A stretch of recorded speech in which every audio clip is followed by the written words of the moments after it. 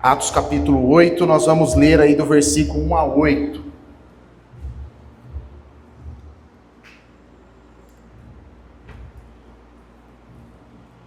Falando mais um pouco aí da importância da missão de Deus por meio da igreja. E hoje nós vamos aqui pensar em dois princípios aqui importantes dentro desse tema. Atos capítulo 8, do versículo 1 até o versículo 8. Se você tiver sem a sua Bíblia, tem a projeção aí para você acompanhar o texto.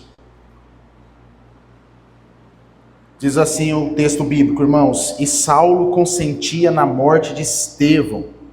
Naquele dia, teve início uma grande perseguição contra a igreja em Jerusalém. Todos, exceto os apóstolos, foram dispersos pelas regiões da Judéia e da Samaria. Alguns homens piedosos sepultaram Estevão e fizeram grande lamentação por ele. Saulo, porém, queria destruir a igreja. Indo de casa em casa, arrastava homens e mulheres, lançando-os na prisão. Enquanto isso, os que foram dispersos iam por toda parte pregando a palavra. Filipe foi à cidade de Samaria e anunciava Cristo ao povo dali.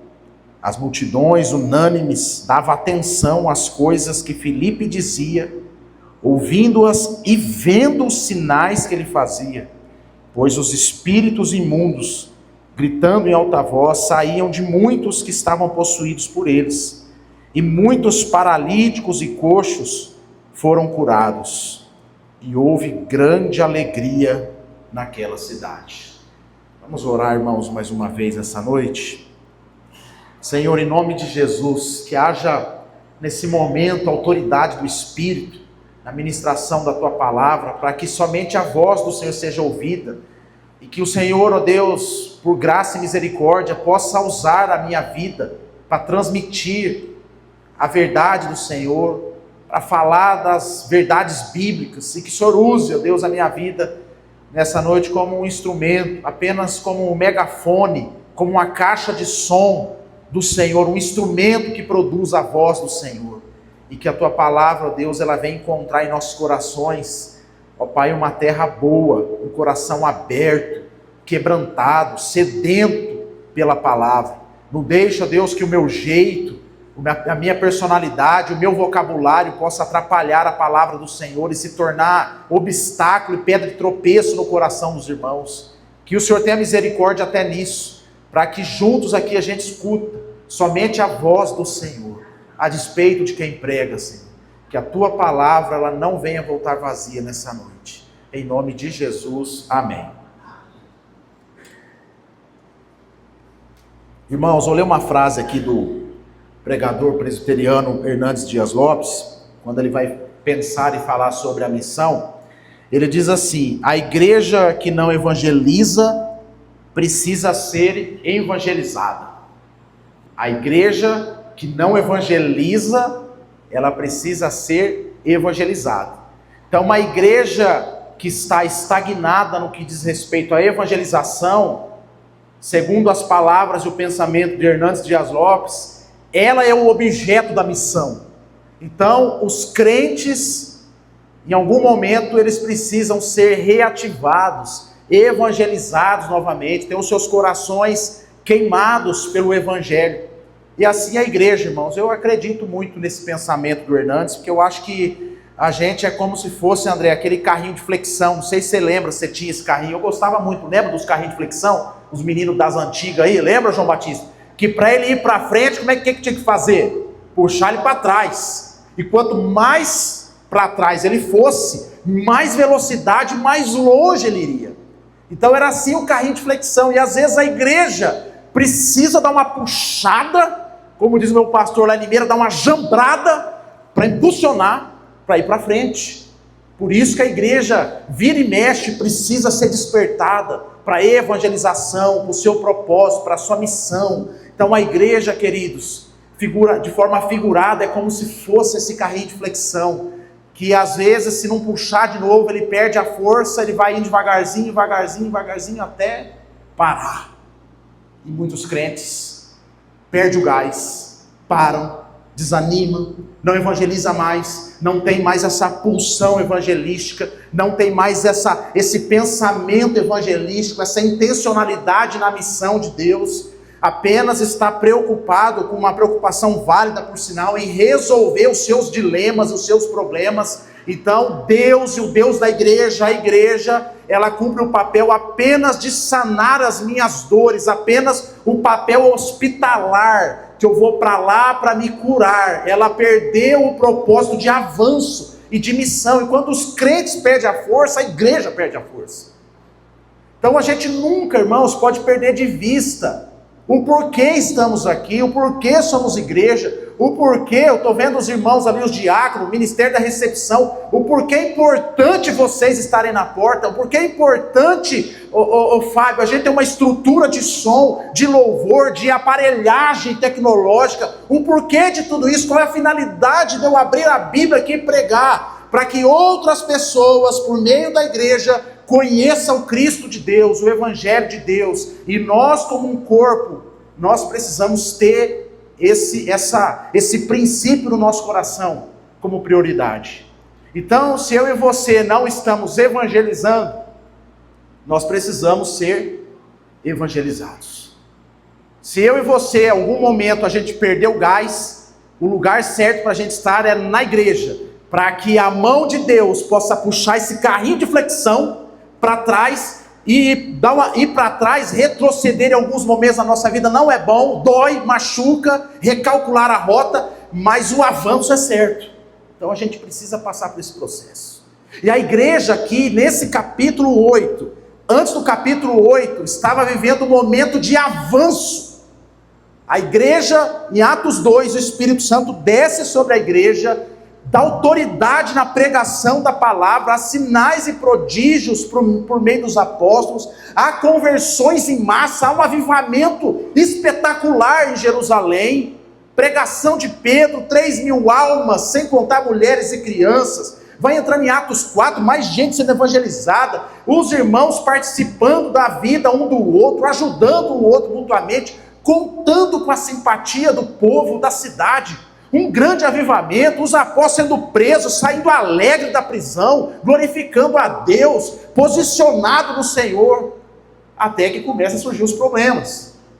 Algumas viúvas começam a ser esquecidas, a igreja precisa pensar em resolver esses problemas internos. Levanta então os homens cheios do Espírito Santo, os diáconos. E aí vem Estevão, que não era só o entregador de alimento de viúva, mas era um pregador da palavra, cheio do Espírito de Deus.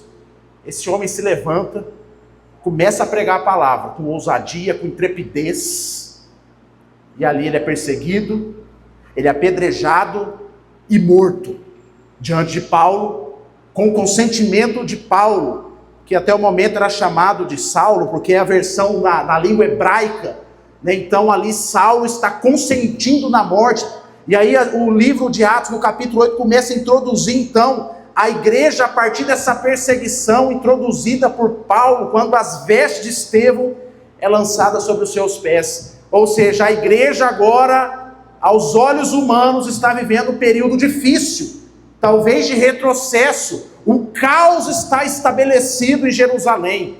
E agora, continuamos como igreja, vamos rever algumas estratégias. Vamos fazer o quê? Porque o caos se estabeleceu. E aí estabeleceu lá, irmãos, e por incrível que pareça, continua estabelecido até os dias de hoje. A grande questão é, como evangelizar, Fernando? Como cumprir a missão de Deus em meio ao caos? A gente vive no caos, irmãos. Se você não percebe o caos, eu tenho que te dizer que você está alienado. Porque há um caos muito grande no mundo. O mundo está fervendo, né? A gente vem vivendo de forma muito intensa os últimos anos. Pandemia, pós-pandemia. A questão política. Os ânimos à flor da pele. As divisões.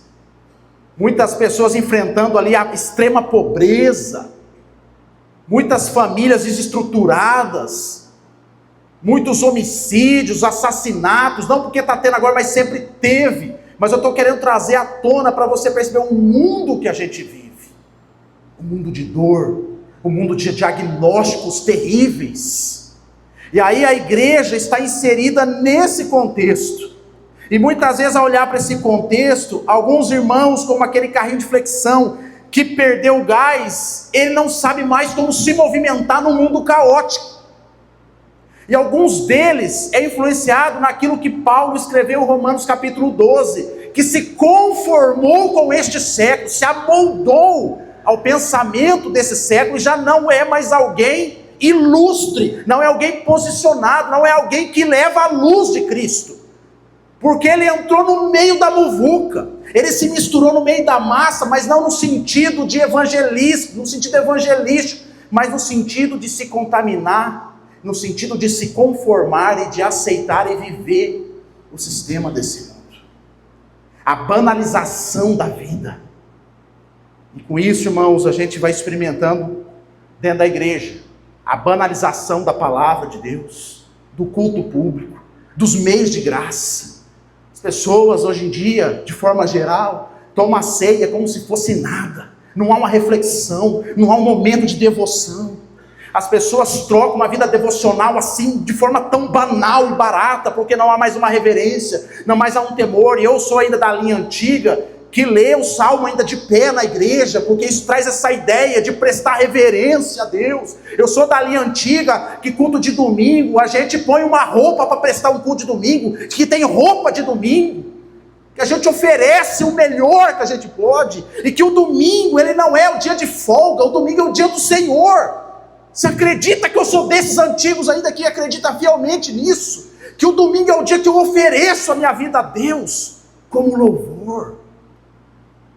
Mas com o caos estabelecido, a igreja tem banalizado a fé, o culto, as coisas que são importantes.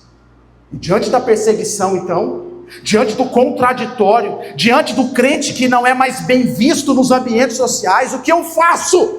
Eu retrocedo, eu fico quietinho, eu não me posiciono, e se alguém, ainda bem que ninguém me sabatinou, porque eu vou tremer na base e vou negar. Porque do jeito que as coisas estão indo aí, o caos foi estabelecido em Jerusalém. A Bíblia diz que os apóstolos permaneceram, como se fosse André, aquele comandante do navio. Se o barco vai afundar, o comandante afunda com o barco. Mas diz que o povo, os crentes, a igreja foram dispersos, e se só parasse aqui, a gente poderia falar assim, fugiram, hein? Bateram em retirada, porque era bom quando está tudo certo, quando tinha tudo em comum, a igreja perseverava na doutrina dos apóstolos, na oração, na comunhão. Mas agora, debaixo de perseguição, todo mundo dispersou. Mas o texto diz que eles foram dispersos pregando a palavra, no meio do caos.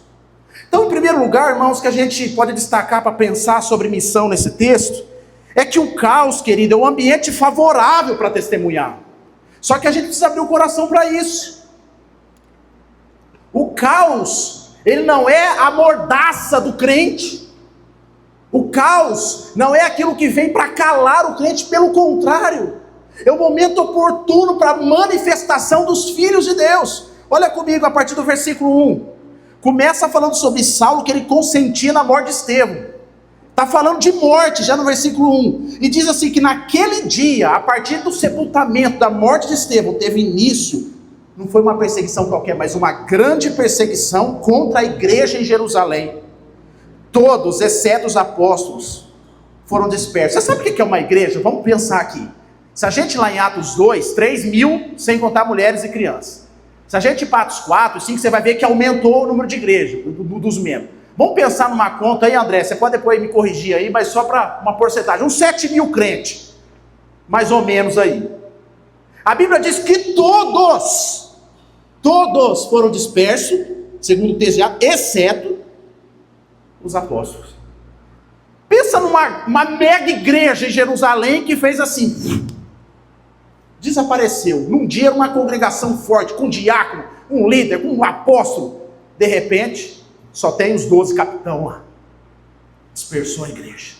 Olha o nível, irmãos, da perseguição. Olha o nível do caos estabelecido em Jerusalém. E ali, irmãos, não era o tipo de perseguição que nem a nós hoje. Você é contra isso ou a favor disso? Você é contra isso? Então você, sabe, nessas coisas éticas, como nós temos hoje, que muita gente treme na base também para se posicionar. A perseguição era de morte. O texto diz que Paulo, olha só, alguns homens piedosos sepultaram Estevão e fizeram um grande lamento por ele. Saulo, porém, olha só, luto, a igreja dispersa, e o Saulo, o que ele estava fazendo? Queria destruir a igreja, indo de casa em casa, arrastava homens e mulheres, lançando-os na prisão. Essa palavra no original, arrastava, é a ideia de um animal selvagem devorando a presa. Então o que Paulo estava fazendo era brutalidade, até mesmo morte. Não era uma perseguição assim, fica no seu ambiente do trabalho, mas só não fala que você é crente. Não era isso. Era algo terrível, era um caos estabelecido numa cidade que não era tão grande, com um público de 7.000 membros, se espalhando porque ia morrer. Esse era o cenário. Aí o texto diz, queridos, que nesse período, enquanto todo esse caos estava estabelecido, os que foram dispersos iam por toda parte pregando a palavra. Sabe o que faz lembrar esse toda parte? Do texto da semana passada. Ide por todo mundo, pregar o evangelho e fazer discípulos. O indo, por toda parte. Aonde você foi? Na região da Judéia, nas cidades em volta. Prego a palavra. O que está acontecendo em Jerusalém? Você não sabe? Mataram um dos nossos lá, e nós estamos aqui falando de Cristo. Ele morreu por causa de Cristo, então nós vamos continuar anunciando. Eles tinham um assunto para falar com a população. Por que essa multidão está invadindo a Judéia? Por que esse povo está chegando em Samaria, num lugar que é contraditório para o povo judeu? Você não sabe o que aconteceu lá? O caos está estabelecido. Mas vocês estão com medo? Vocês estão com... Não. Sabe por que está estabelecido? Por causa de Cristo. O caos, o mundo que a gente vive, irmãos, é um ambiente favorável para a evangelização. Não o contrário. Enquanto isso, ou seja, enquanto o caos está estabelecido, a igreja, irmãos, é a resposta para o mundo. A igreja é justamente necessária nesse momento. É por isso que Paulo fala, gente, não se conforme, mas tenha sua mente transformada, porque vocês são necessários no mundo. Irmão, se tinha uma frase que me deixava triste na pandemia, é quando os políticos falavam assim, a igreja não é essencial. Eles poderiam melhorar essa frase, dizer assim, o templo aberto não é essencial, mas a igreja não. Jamais. Era uma frase que doía no meu coração, eu confesso que me incomodava quando eu ouvia isso. Apenas as questões essenciais. Eu não estou dizendo que o povo tinha que vir para a igreja sem máscara, não era nada disso que eu estou dizendo, mas eu não gostava da frase. Porque trazia a ideia que a fé, que a religião só serve para trazer consolo para quem é do movimento, mas no momento de caos no mundo ela não serve. O entregador de pizza tem mais validade do que a igreja. O homem que ia de moto todo dia na sua casa enquanto você estava assistindo Netflix levando a sua pizza, segundo o governo, ele tinha mais importância do que a igreja. O templo, sim, não é essencial, mas a igreja é. Irmãos, eu vi na pandemia o melhor momento para evangelização, para pregar a palavra. Está aqui os meninos testemunha. Vamos abrir esse celular. Tinha experiência nenhuma em falar em câmera. Liga o celular, vamos falar da palavra. Fábio, vamos fazer um bate-papo, falar da palavra.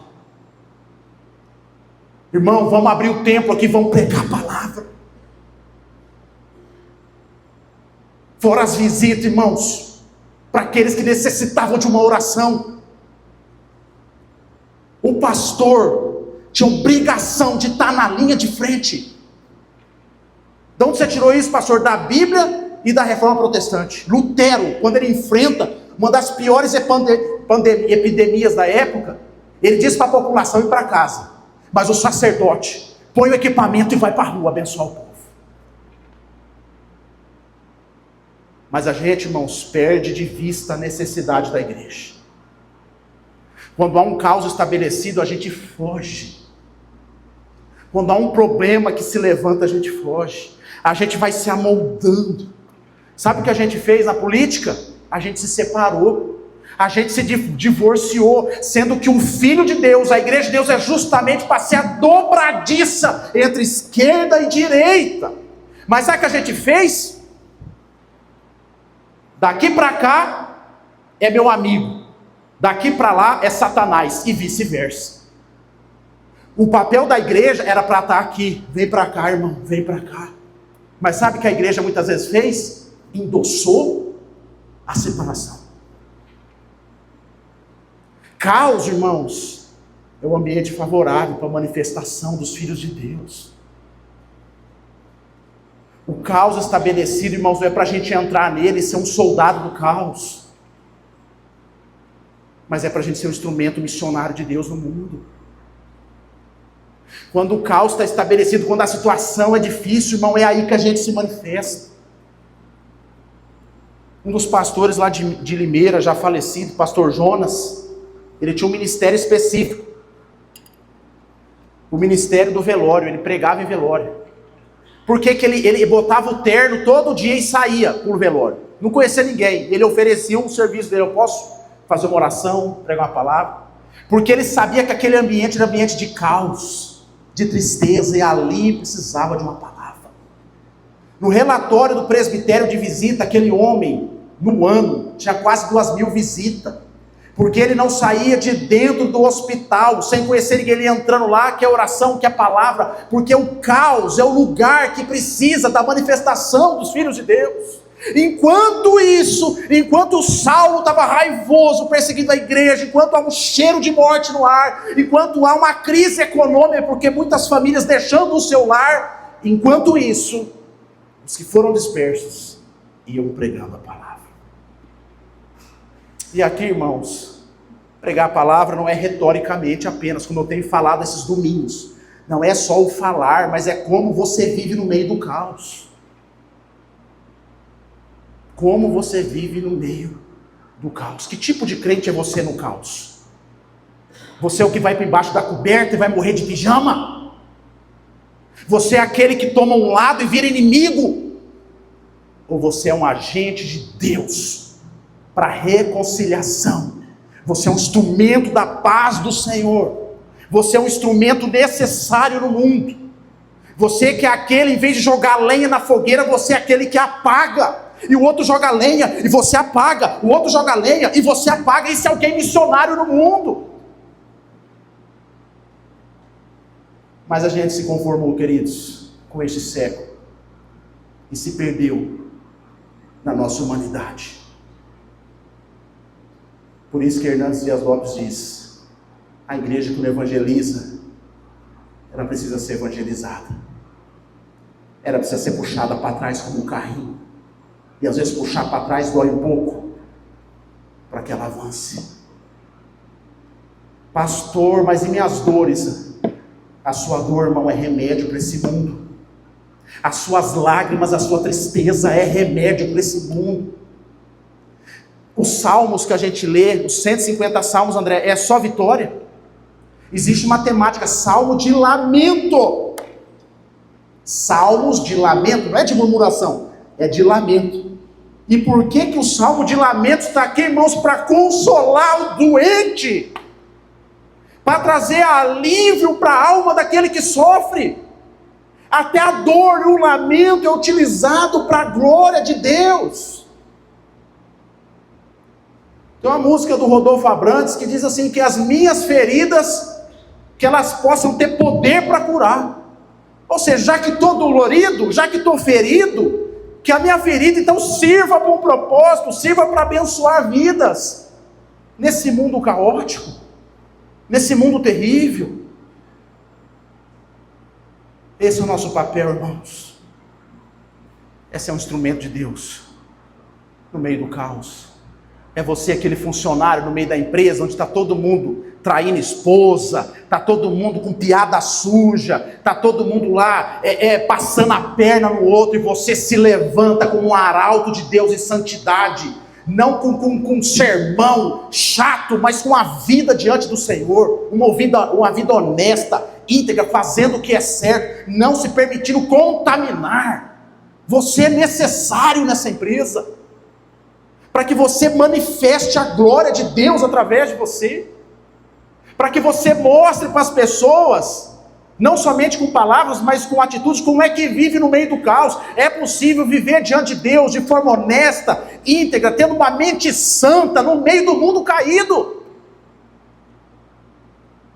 Ai, pastor, ora pelo meu emprego, só tem gente do mal lá. Não, irmão, vou orar para Deus levantar você como uma mulher, como um homem cheio do Espírito Santo nesse lugar.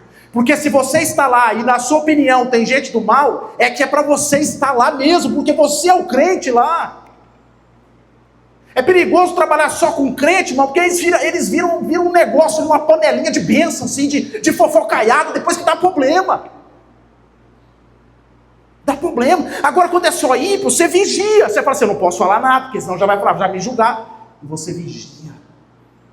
Agora, quando é só crente, irmão, eles vão formando aqueles grupinhos manipulador,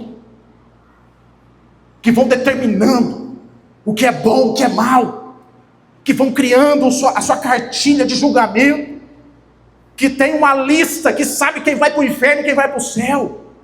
Não foi para isso que a igreja foi chamada. Deus permite um chacoalhão a partir da morte de Estevão, para a igreja voltar para aquela intensidade da evangelização, porque lá em Atos 1:8, Jesus disse, e recebereis poder, quando vir sobre vocês, o Espírito Santo. Para quê? Para ser testemunha. A palavra testemunha é martiria, é ser um mártir, é morrer por uma causa, se for necessário. E aí você vai ser testemunha onde, Fábio? Em Jerusalém, na Judéia, Samaria, confins da terra. 7 capítulos, eles estavam ainda testemunha só em Jerusalém. Não tinha quebrado a barreira cultural, ideológica com Samaria ainda, que estava do lado.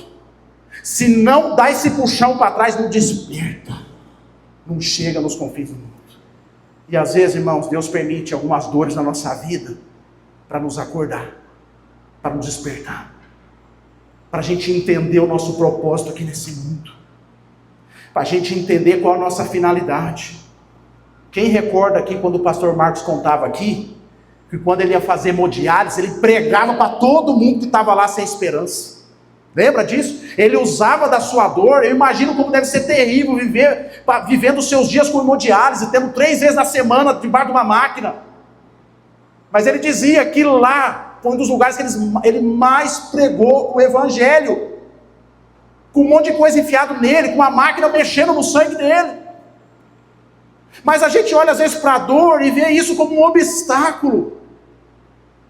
Não, irmãos, se você entender que o nosso mundo é caótico, saiba que você é necessário no mundo. Porque o dia que a gente não for necessário, irmão,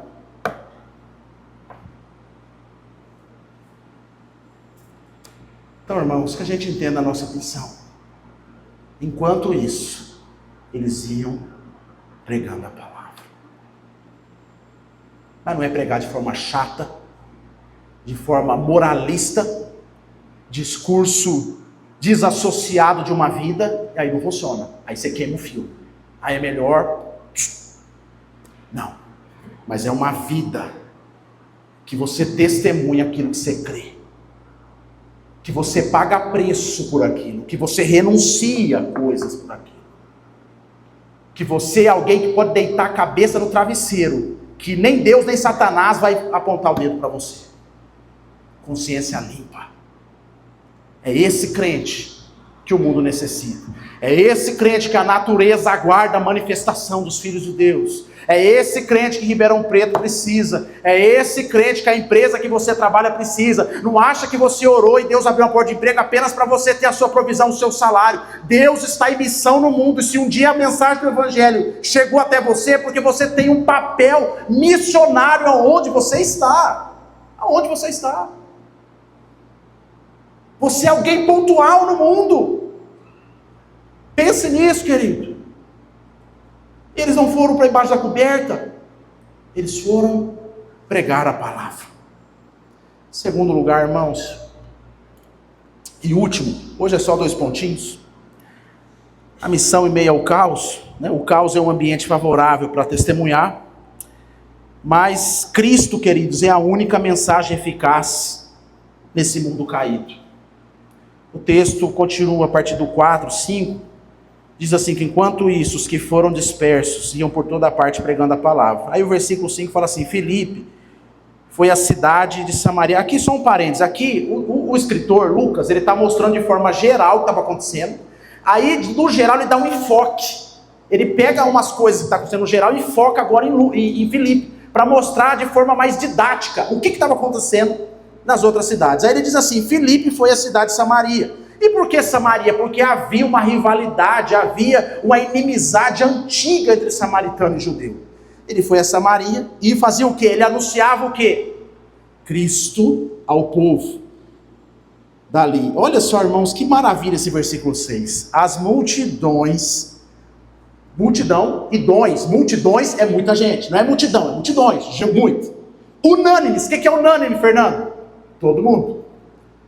Dava atenção às coisas que Filipe dizia, mas mais do que isso, ouvindo-as e vendo os sinais que ele fazia.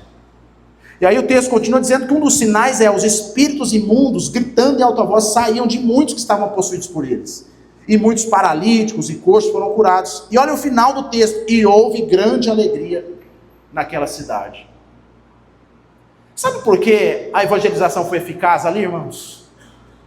Porque Filipe anunciava Cristo. Sabe por que muitas vezes a nossa evangelização não é eficaz?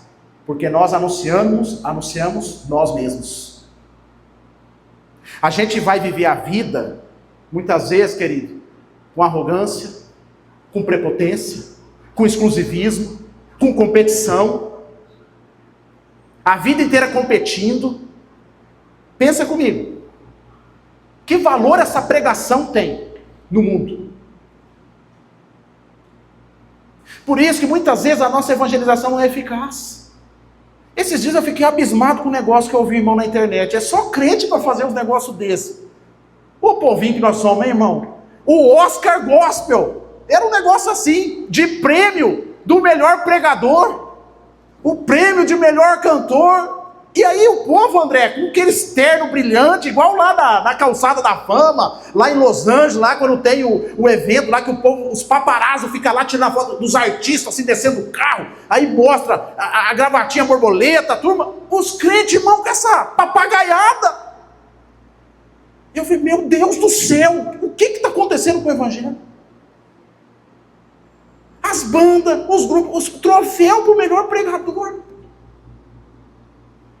Irmão, pregador não é para ser melhor ou pior, pregador é para anunciar a verdade de Cristo, pregador não é para gostar e nem deixar de gostar, pregador é para anunciar a verdade de Cristo. Mas agora, irmão, tem troféu evangélico. Eu falei, meu Deus do céu, é essa igreja que é de Jesus no Brasil? É essa igreja que as multidões vão ouvir, vão dar atenção? E que sinais que essa igreja está dando para as pessoas verem? Um sinal de luxúria, de exclusivismo, de soberba, de arrogância, de competitividade, de passar por cima de quem tem que passar para se dar bem. Pensa você, se você fosse ímpio, esse crente te evangelizaria? Pensa você ímpio, sedento por Deus, carente no mundo caótico. Aí chega um crente com um troféu de Oscar. Ganhei como melhor pregador, com um terno de não sei quantos R$1.000 lá. Ah, irmão, eu não sei se é eu que sou o maluco da história, mas não é isso que eu leio aqui não. Apesar que a minha vista, Fábio, não está muito boa, vou ter que usar óculos agora, que às vezes as palavras confundem aqui. Pode ser isso também. Olha o que virou a igreja, irmãos. Anunciando a si mesmo. E quando fica nas competições de igreja? A minha igreja que é melhor. Ah, na minha igreja bate palma. Ah, na minha igreja canta hino. Ah, na minha igreja tem guitarra. Ah, na minha igreja todo mundo senta de um lado, as irmãs do outro. Ah, na minha igreja é isso. Na minha igreja tem o Espírito Santo. Na minha tem menos. Na minha igreja pode tudo. Lá é liberal. Lá o pastor é liberal. Pode tudo. Não, na minha igreja o pastor é bravo. É rígido, não pode nada. É isso a igreja de Cristo? Filipe anunciava Cristo. E as multidões só davam atenção para ele porque ele anunciava Cristo. Mas há uma dificuldade enorme, irmãos. da gente anunciar Cristo. Sabe por quê? Porque para anunciar Cristo é necessário que eu diminua para que Ele cresça. E se eu diminuir, fica ruim para mim no pedaço. Eu não sei se você já conviveu com gente arrogante, que tudo ele é o melhor. Não sei se já teve essa pessoa de perto de você. Irmão, é um teste assim de piedade. Quando você está na conversa, você fala assim: eu viajei para Jardim Nobre. Ah, não, mas eu fui lá para Salles de Oliveira, que é um pouquinho mais para frente. Ah, eu comprei um carro de 70 mil. Não, o meu foi 100. Ah, eu viajei para tal lugar. Não, mas eu viajei, fiquei... Quantos dias você ficou? 5? Eu fiquei 7. Ah, mas eu fiquei no hotel tal. Não, qual que é o hotel? Não, mas eu fiquei na beira da praia. Ô, irmão, mas haja paciência para essa turma, hein? O teste de piedade. Aí a vontade de você falar assim: ô Deus, me honra aqui também para mim poder dar uma carteirada nesse sujeito. Mas sabe o que o Evangelho faz? Ô irmão, que bênção, hein? Que Deus te conserve com vida. Que Deus te use, que Deus te abençoe. Mas aí, irmão, nós somos tentados por isso. Aí a gente entra no meio da competição. Aí a gente começa a andar frustradinho, tristezinho, sabe por quê? A gente estava até bem, Fábio, mas a gente olhou para a grama do vizinho. Você viu, rapaz, ela nem trabalha tanto assim. Tem essas coisas aí, é injusto isso aí, rapaz. Isso aí é o Lula, isso é o Bolsonaro, isso aí é o governo, isso é o Nogueira. Isso aí não é justo. Eu me mato aqui de trabalhar, eu ganho triste, em família, aquela coisa toda. O irmão lá fumando, bebendo, acabando com tudo. E prosperando. Eu vou mostrar para ele como é que vive o Filho de Deus. Vou comprar um terno brilhante. Vou comprar um carro de 100 mil e fazer de 800 parcelas. Para me ostentar a minha riqueza. Vou comprar um... Como chama os carros mais grandes que fala? Tem um nome, né? SUV. Vou comprar um SUV, que o dele é baixinho. Vou chegar lá arrebentando a boca do balão. E aí você vai ver que o Deus que eu sirvo é próspero. Fico pensando, Deus, eu não olhando para um negócio desse. Não é assim não. Não é assim não, vai lá na Bíblia lá. Sabe por quê, irmão, que a gente perdeu de vista anunciar Cristo? Porque anunciar Cristo é anunciar o Filho do Carpinteiro. É anunciar uma mensagem de renúncia. É anunciar uma mensagem que aos olhos do mundo eu sou um fracassado e um perdedor. Como é que faz esse negócio de dar outra face para o outro? Como é que faz esse negócio de perdoar 70 vezes 7? Como é que faz ver de forma piedosa? Isso aí é chacota no mundo. Eu sou mais que vencedor. Deus me pôs por cabeça e não por cauda, aleluia! Achei que ia pegar um pentecostal e ia dar um amém para essa palavra. Porque a gente quer ser vitorioso, a gente anuncia a nós mesmos. E não Cristo crucificado. Não Cristo que diante da cruz, alguns momentos antes da sua morte, ele grita: Pai, Pai, por que me desamparaste? Mas ao mesmo tempo ele vê o mundo em causa em volta dele. Ele vê os seus parceiros fugindo da raia. Ele vê o sinédrio judaico dando risada da cara dele. Ele vê o soldado romano escarnecendo da cara dele. Ele vê o mundo caótico. Ele fala assim: Pai, eles não sabem o que fazem, Senhor. Eles não sabem o que estão fazendo. É como se ele dissesse: tem misericórdia, não leve em conta esse cenário caótico. Aí, irmão, passa os anos, vem o Estevão tomando pedrada, sendo assassinado brutalmente por uma perseguição religiosa. Ele faz praticamente a mesma oração, o mesmo pensamento, para que Deus tivesse misericórdia. Eles não conhecem a palavra. Ele não entra, irmãos, numa gangue gospel para ficar rebatendo pedrada. Ele vive de forma piedosa. Ele se permite ser um perdedor da história, para que Cristo seja revelado. O texto é tão bonito que diz que quando Estevão estava pregando e tomando pedrada, o céu se abriu e viu Cristo à direita de Deus. A pregação dele não falou dele, falou de Cristo. E muitas vezes, para a gente anunciar Cristo, é pedrada no nosso nome. A gente está preparado para isso, irmãos? Para ser um agente de Deus no mundo, a ser alguém missionário que é dobradiça entre o bem e o mal, alguém que não vai ser partidarista ideológico, alguém que não vai se contaminar pelas iguarias desse mundo, alguém que não vai vender o seu direito de filho por um prato de lentilha, mas alguém que vai se posicionar, como diz Pedro na sua carta, como um sacerdócio, como eleito de Deus, uma nação santa, povo escolhido de Deus para uma missão, uma tarefa, que é fazer o nome de Cristo conhecido. Tudo tem a ver com Ele, irmão, não tem a ver com a gente. Finalizando, irmãos, nessas minhas andanças por aí, eu convivo com muita gente que não é do Evangelho. E assim, eu sou um esquisito, né? Meio na igreja e no mundo também, né? Na igreja, assim, mas esse rapaz é o pastor? E no mundo também gera essa crise. Mas você é o pastor? Rapaz, agora eu fiquei curioso de saber, como é que é seu pastor? Conta aí. E aí eu conversando com a família do meu irmão, que ele casou lá, todos católicos, mas interessados por esse mistério que é a minha vida, que eu fiz o casamento do meu irmão, gerou uma dúvida. Como assim? Você fez o casamento do seu irmão, mas você se alegrou com ele na festa, e você? Então explica essa fé. Quem é você? Eu disse para eles, eu sou apenas alguém que fala assim, vem cá, chega aqui perto de mim. Tá vendo ali? Jesus, vai lá. Vai lá, não tem a ver comigo. Eu sou apenas o porteiro. Que foi? Vai lá, entra ali.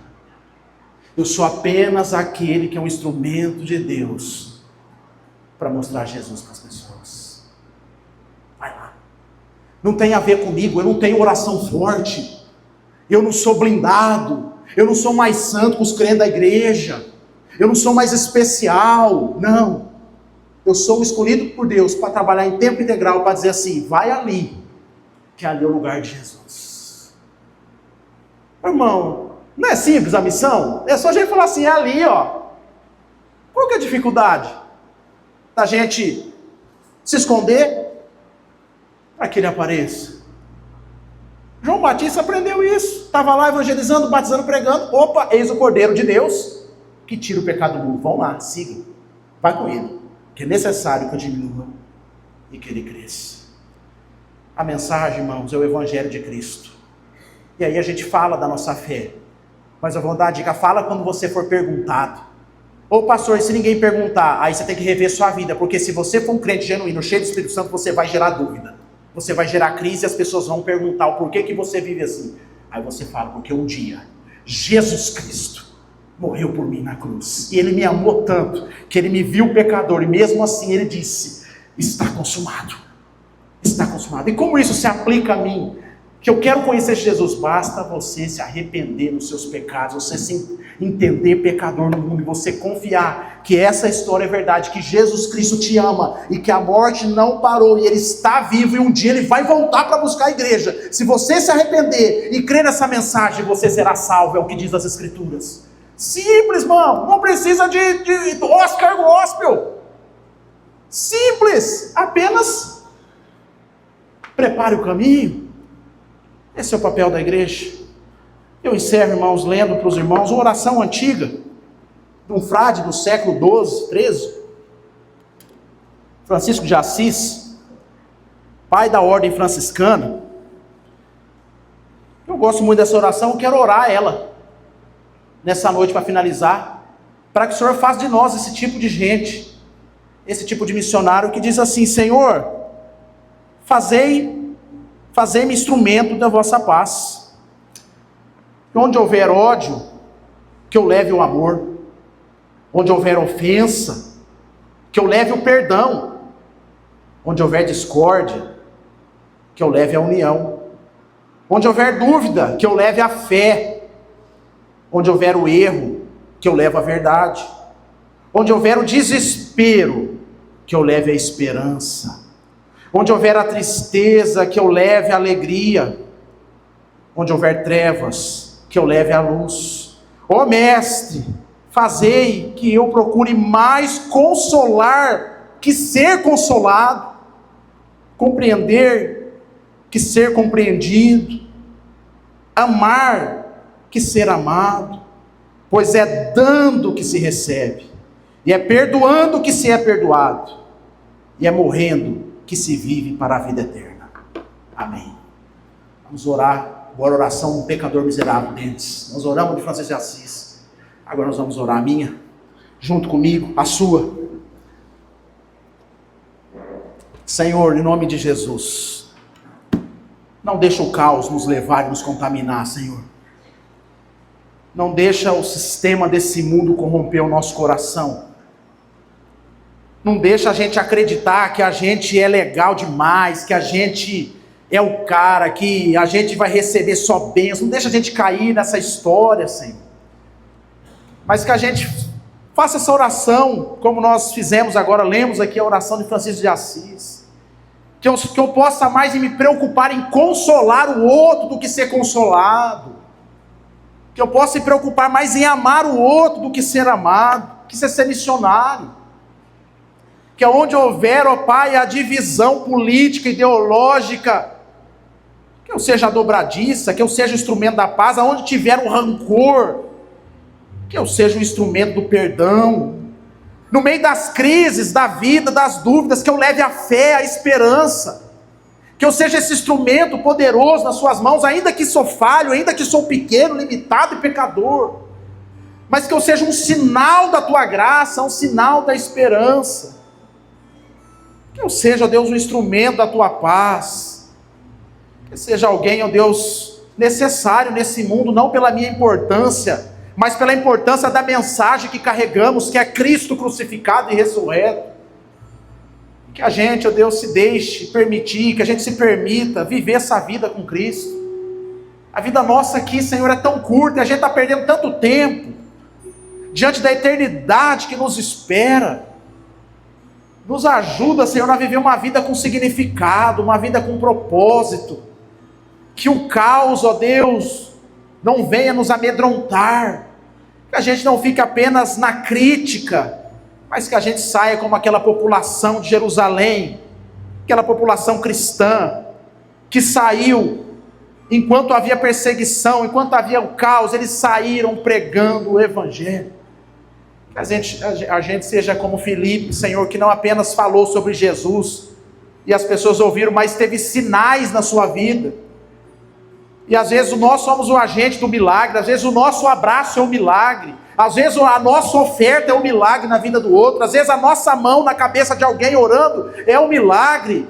Que as pessoas possam ver como aquela multidão viu, espíritos malignos saíram daquelas pessoas, pessoas foram curadas, e a tua palavra diz que houve grande alegria naquela cidade, porque um homem só, cheio do teu Espírito Santo, resolveu não falar de si mesmo, mas falar do Cristo, anunciar o Cristo não apenas com palavras, mas com obras, com sinais. Senhor, nos ajuda a ser esse instrumento de milagre, diante de um caos estabelecido, que a gente venha perdoar, e que esse perdão seja um símbolo do milagre do Senhor. Levanta uma igreja missionária, Senhor, uma igreja que enquanto aquele grande dia não chega, a gente vai se doando para o Senhor, para viver uma vida que vale a pena ser vivida no Evangelho, pois o Senhor é a nossa luz, a nossa salvação. Nós devemos a nossa vida ao Senhor.